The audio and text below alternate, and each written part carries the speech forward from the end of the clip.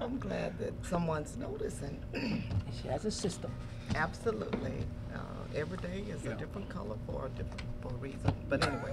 I do have two side issues I'd like to, if you don't mind, before Sure. we start. That's No, fine. on the record too. Okay. One, and this is for my president here, who was accustomed to working under the contract, and then when we just said we're going to go to 143 for the purposes of establishing statute of limitations, he wasn't as clear on that, and we talked about, just so for the record, what we're doing is we're removing the statute of limitations from the contract, and we're going to operate under the existing state law. And that the statute, the chief can bring a complaint no earlier than 180 days before he suspends them. So, and then there's the exception to that, that if it's related to any state, federal, criminal law, which doesn't, it's pretty loose, it says that he can use 180 days from discovery. And the only other statute of limitations, we also added it, was that if you're charged or indicted with a criminal act, he can suspend you with or without pay, and you can delay the if you appeal, you can delay your hearing till 30 days after final disposition of the case. And those are my understanding, we put those are the three statutory restrictions on charging someone. That we're now following. Now, per the we'll statute. follow the law. Yes. Yes. And so he just wanted to make clear, because the other one actually said it but didn't really address some other things, and this you'll operate same as all other 143 cities, and this has pretty much been court tested. Yeah. And everyone will know it, and the lawyers who've been dealing with it are more accustomed to dealing with the statute than trying to figure out the peculiarities of a contract. Yeah. And this one is pertaining to that disciplinary statute of limitation language where we got rid of all of the language. Right. And 7B. basically saying we'll defer to, okay. Right. Okay. Yeah. Okay. Right, and so just for so It's that we're all comfort on- level here. Yes, Yeah. exactly, so that, because we put two sections in there from 143, which will now, when people read it, will have to refer back to those, so. Right. For ease of transformation, a rules manual violation after the 180th day of occurrence, no action can be taken. That's not criminally related, just a rule. Just a rule, That's right. general. right. That's correct. And then it changes once there's deemed to be criminal activity. That's right. Okay, I just wanted And the chief clarification. just has to allege it. And so let's say he discovers it past 180 days. He says, yeah, but that could be criminal. Well, then it's just a question for the arbitrator. If the person says, well, yeah, well, that's not. Then the arbitrator will decide you missed the 180, or no, you had a right to use discovery. And that's just a question for the arbitrator. That's right. Okay, All right. So Now you're here's- comfortable now? yes, Okay, thank you. okay. You know, and we have done this in the past, it's just how much more paper you want to burn. You can take those statutes and you can attach them as attachments in the back if you wish. On the contract? Yeah, if you wish. We don't always do that, but you could. Just how much many more stuff you want to stick in the back. Yeah. Think about it. Yeah, that's what I All was right. gonna say. Well, here's one that befuddled me. And I hadn't really thought about it, and it may cause me to rethink this all over the state. I'm going to tell you what the fact situation is, because the officer that brought it, at first we disagreed with him, and then he came and talked to us, and then we just kind of took a look at it. And his concern was whether or not the contract was clear. Now, this is an overtime question. And we'll take the 4th of July, because this is what this involves. The city pays time and a half for all hours worked after 40 hours, just which is pretty as a state law. Now, we have overtime for two categories for holidays, one of which is a premium holidays, which paid double time for Thanksgiving, Christmas, and Easter. And then other holidays, if you work that day, you get time and a half. Nobody, and that's pretty common. Now, here's the question. An officer, two officers are working on the 4th of July. One of them, it's his regularly scheduled day, and the other one was brought in by the city on his off day and told, you're working this day also. What does the officers, do they both get paid the same? Today, yes. Okay, well, let me ask you this, because this, and I read it first, but let me ask you this. It wasn't that big a question. Well, here's where I see the inequity, and I hadn't really ever thought about it. You and Margie both come in, and this is your regular work day. So you get paid time and a half of the day, and you get 8 or 10 hours, say 10 hours on patrol. You get that 10 hours for the holiday later, put in your books. Margie over here worked that day, but she's already worked 40 hours that week, and this is her day off. And she's only getting time and a half and the holiday back, but she never got her off day back. So she would have worked without an off day that week in the pay, and she'd only got 1 instead of 2. So Margie's losing her off day, 8 hours or 10 hours, that you're not. You're not similarly situated. And I never really thought about this. And after looking at it, we spent a couple of hours and I'd researched it. The inequity is, if they tell you, and this, you're coming in 4th, and you say, yeah, but that's my day off. Well, you understand that we're going to pay you time and a half, and we understand we're going to give you the 4th of July back, but you also should return their 10 hours of their off day. Otherwise, they work greater than 40 hours that week. The overtime is just a premium for the day, but the law requires time and a half. These officers are not asking they get time and a half and time and a half, but they should get the day back, because you never got your day off. You lost it. And you got paid the same as a guy who got his day off. But I thought that was the purpose of paying overtime. The overtime was for working 4th of July. If it wasn't the 4th of July, it said it was the 3rd, and you got called in and it's your regular day, you'd have got straight time, you'd have got time and a half. But on the 4th of July, the time and a half is for having worked the 4th of July.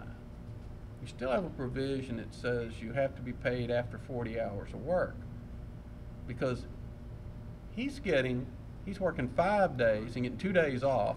You're working 6 days and getting 1 day off, but you never got compensated. And you both made exactly the same amount of money. So I never got compensated for the day That you lost. I was supposed to be off. That's correct. That's your day off, and you worked it. So what's the only thing that's peculiar is that you have it in a holiday. If it wasn't a holiday, you'd have got time and a half for the day. We're looking at it as on holidays, because it's automatic regardless of if you've worked over your 40 hours or Right. not. Yeah, but he didn't get paid that way. He didn't get paid that way. And so, to me, and I want you to think about it, because to me the resolution would be, if it's your day off, we're okay that you get it in comp time for the day back, because what we're doing is everybody who's on their day off, which are generally people drafted into work, Right. okay, on holidays or beach week or whatever it is. See, I would be interested in, and I guess that's where, Commander, you guys can check it out, to see what are we actually doing in practice. It sounds like what you're saying is we're not doing. No, you're not. Right. What Ron's talking about, it's over my career, it's come up multiple times. Oh, he brought it up to me a couple of years ago. I mean, officers have always said, like, it's kind of weird, but Yeah. that's the way the contract was written, is that because of the draft situation and bringing people back in, and the holidays are specified there for 7. Yeah. But like, the city holiday was actually July 3rd this year. Yeah. It was a Friday, not a Saturday. And like you say, it's that compensation of It's the regular day equality. I off don't know how you problem. fix it, It's though. not the overtime, it's Right. not the It's the holiday time, and those are all Bringing paid. someone on their day off. It's Yes. that you worked 10 extra hours over this person, and you both got paid exactly the same amount of money. and you never got your day off, period. And then I heard it, I just never thought about it, and then I didn't even agree with him when he asked us to look into it. But then he came, and then we all sat around and just kept putting the pen on. He said, well, you know, the real problem here is it's day off people, that they never got their day off. So you guys talked about this over the years, so why didn't you guys resolve? Well, I never really thought about it as a day off problem. We kept thinking, Okay. well, you can't get paid time and a half You can't get, for being over there and then get paid time and a half again. Now you're getting double or triple time, and that's not the intent. I couldn't put my finger on why it was wrong until I just thought through it and realized it's really a day off problem, not a holiday problem. And it only comes up during a holiday. It Yeah, sounds like no, it's it only won't- an issue during a Yeah, holiday. because if he'd been called in on July 3rd, he'd have just got time and a half because he was working greater than 40 hours. And there's never a problem. It's holidays where you're on your day off and this department requires you to come in and work that day. Because normally you'd just be off and you'd get no overtime, you just get the day off. Okay, so you guys are bringing this up. Sure. So what are you requesting of us? I'm asking you to think about it and go look at it, and if we Okay. all agree that we can resolve this, there's no, now people may come squawking later, but all of them have not grieved the deal, but the only holiday that's sitting there is July the 4th. And it's inside the grievable time period, and we're not even interested in filing a grievance. But if we can resolve it and maybe correct what happened, there'll only be a handful of people. Most people are on the regular days. You just draft, I guess, to fill up the it's only, vacancy. yeah, it's, You need 2 more people. I think there's certain holidays there that a draft requires. The 4th of July is one, Right. Labor Day's the other, Memorial Day. Yeah, yeah. The rest of them are not draft days. They're not draft. We don't draft You for got plenty of Christmas, people. Thanksgiving, Right. Easter. No. No, not even Easter. And it won't It's just 3 apply to holidays. beach weeks or those periods what the city has you like spring break, Mhm. because that's just overtime. You just pay me time and a half. It's these premium days. So if we're on the same thought process, then I think we only have to do is just add an example that if you're called in on a holiday and you, on a regular day off, you will get that time back, whether it's 8 or 10 hours. And we can put an example in there to clarify it, and that'll resolve it. So, but if you agree with us, We'll take a look at it. okay. All right, that's all I had in cleanup. So, why don't we begin by indicating there's several items you requested that we revisit from the last meeting, because we've already gone on record with these issues. One of which I would like to bring up now, and the other we can talk about later on in the negotiation process. You have made it very clear along the way that TMRS, even from the beginning, is a big issue for you, and we've gone on record already indicating that it is a concern for us financially, and even the level of sustainability is an issue. But you asked us to revisit it, and we agreed to, and we took a lot of time just kind of evaluating it again, but unfortunately, you guys, we keep coming to the same conclusion, and that is there's a real financial concern for us. We explained to you early on that we are currently in an ad hoc position with TMRS, and the goal really is to be at annual repeating. So we've come up with a plan.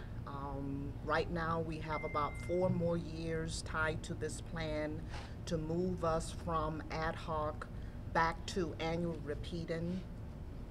And there's a cost associated with it, and with our current financial conditions, we are concerned about reaching our annual allocation as it relates to this plan, even to get back to annual repeating now. So if we move from the 6% to the 7%, there's an immediate cost involved in upwards of $3 million that is a cost that we cannot afford. And even if we was able to find the money, the level of sustainability is a problem. And as a result, we are doing our best to see if we can move back where we need to be, and that is an annual repeating. So it's not good for us, mainly because of the finances, and we really wish we could have been able to come back to say, you guys, I think we may be able to work something out. But at this point in time, it's just not feasible for us, and it's all tied to our financial condition. We need to get back to annual repeating, and we got to do our best to try to get there. But adding the 1% is just going to make it even more troubling for us from a financial standpoint. So you need to know that we did evaluate this carefully, because you've said it over and over again how important that is, and we did not want to just look at it lightly. We wanted to really try to see what could be done, but at the end of the day, we keep coming back to the whole affordability and sustainability issue. So that's where we are. Any questions?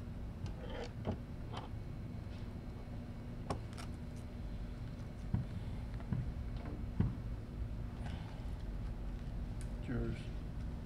Do you have anything else then? As it relates to TMRS? Well, that or anything else, or do you, will you defer and I'll respond? Oh, you can respond. I want to say thank you, number one, for checking into it, because it had been something that we requested. Back on the 25th, I gave a little blurb to y'all concerning TMRS and how important it is. And I'm going to kind of go through some of that again, because I want to emphasize how important it is to us.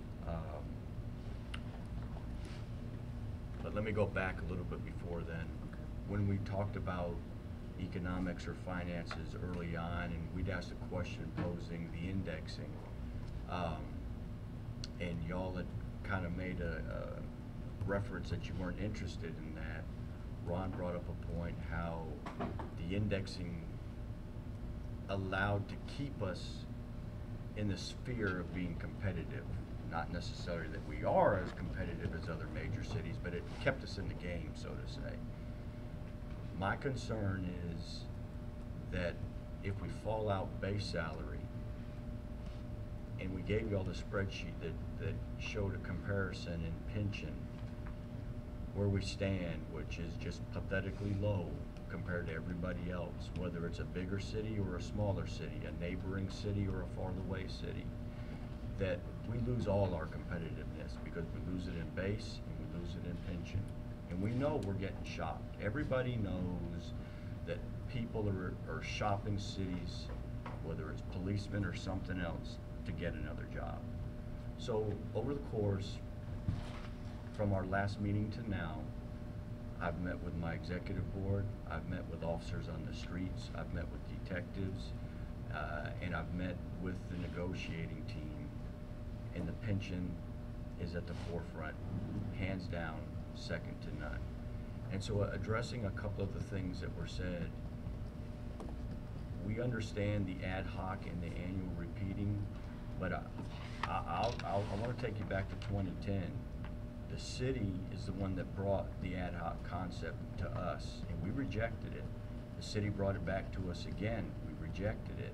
The city brought it back to us, and we finally acquiesced to it to work with the city, along with the first 2 years of no pay raises that we took. And we've always come in with the ability to obviously take care of our officers, but we know there's ways that we can assist the city at the one time. And so, Margie, I say this again, we have come forward and we've done this repeatedly And I don't wanna say we're falling off the map, but we're getting behind the curve where our base salary compared to other departments in other cities is not as competitive. And we already know our pension is nowhere close. If you compare us, San Antonio, Dallas, Houston, Fort Worth, Austin, it's nothing compared to that. And we lost an officer Monday or a week ago Monday that did a lateral transfer to Austin because of the benefits. They don't compare. And so I will tell you this, after talking to the executive board and the negotiating team, the pension is at the forefront, and it's a deal breaker for this contract, because this economy that we have right now is the best Corpus has seen in a very, very long time. And my concern is if we don't do it now, it's never gonna happen. And the more the more we postpone it, the harder it's ever gonna be to do it. And this is our mission on the pension right now.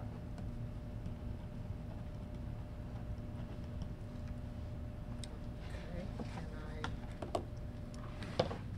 are you yielding back to me? Yes, ma'am, I am. Okay, so you've said what I expected you to say, as it relates to how important the pension is. You used a term that obviously you know I was gonna pick up, is you're saying that this is important enough to you that this is a deal breaker. Yes, and can I quantify one more thing, Sure. even though I yielded to you? Sure. We gave you all a counter proposal, I think, last meeting. Yes. And I told you back on the 25th that we would make concessions to get to this. And in our counter, we again gave up a pay raise the first year. Right. And in our proposal, we dropped the pay raises in half from our original proposal, from 4% to 2%. And in one of them, in the third year, if I remember correctly, we deferred the pay raise to the middle of the year, which means you don't have to completely pick it up the entire year, you pick it up halfway through the year. So not only have I said it, but I've shown it to you in what our counters have been, that we are putting our money where our mouth is at. That's how important it is. And I can't express that enough. It means a lot to the team, the board, and the membership as a whole. Everyone that I've talked to has been pension, pension, pension. And I've got hundreds of surveys in my office that say pension, pension, pension. So I can't emphasize that enough. That's how much it means to us at this time. Okay. We need the caucus. Okay. Okay.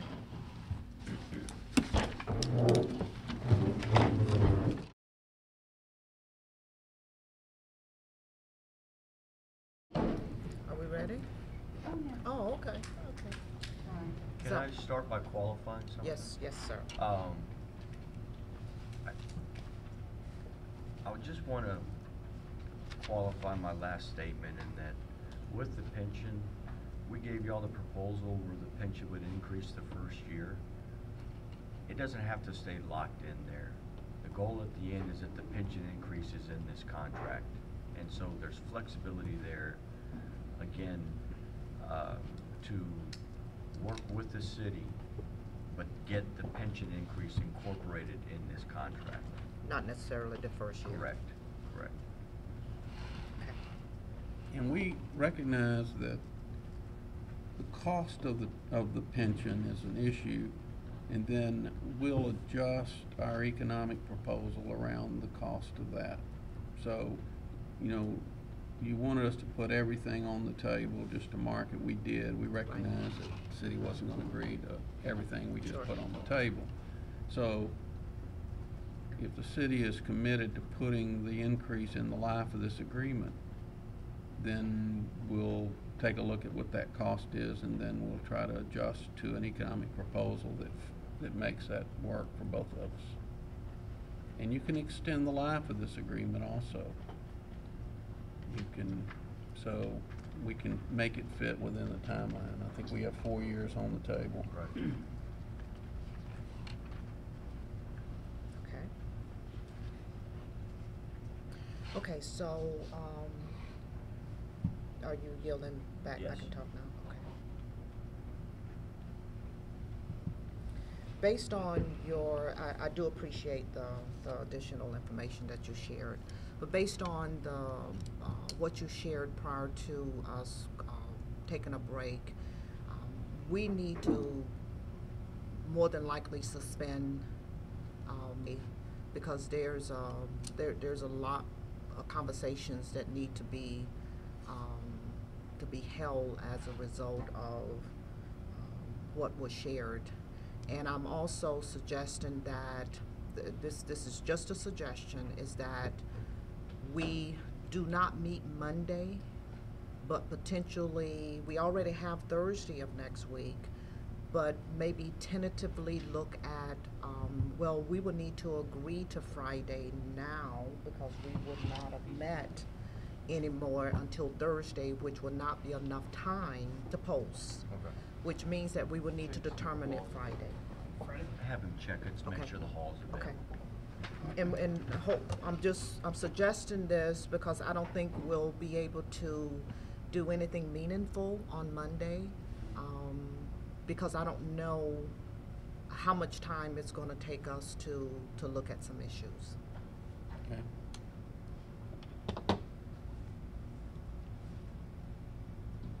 And I will look, I have told myself that I am not gonna be anywhere on that Friday. I have not even packed a bag yet, and I'll be gone 2 weeks. But I will look Okay. and see if I can, since I'm already here, whether I can stay Friday if we need it. It's just, I gotta get my motorcycle in the shop before I leave. I have an appointment. So Friday is the 24th, right? Yeah. Correct. Okay, And the hall here is available. okay. So if you guys could put it Absolutely. there. That way, so are we in agreement that we can get rid of Monday? Yes. And then add Yes. Friday? Okay. Because I think we've already posted Thursday. Well, we posted Monday too. We'll cancel. So with that, we will take a look at the information you talked about as it relates to the overtime. But we feel that at this point, because of some of the comments that were made early on, that we really, when you start saying deal breakers, we really need to take a look at some issues before going forward. Sure. Okay? So at this point, we'll end it now, and the next meeting will be Thursday, if that's okay. Sounds good. Thank you. Thank you so much. Thank you.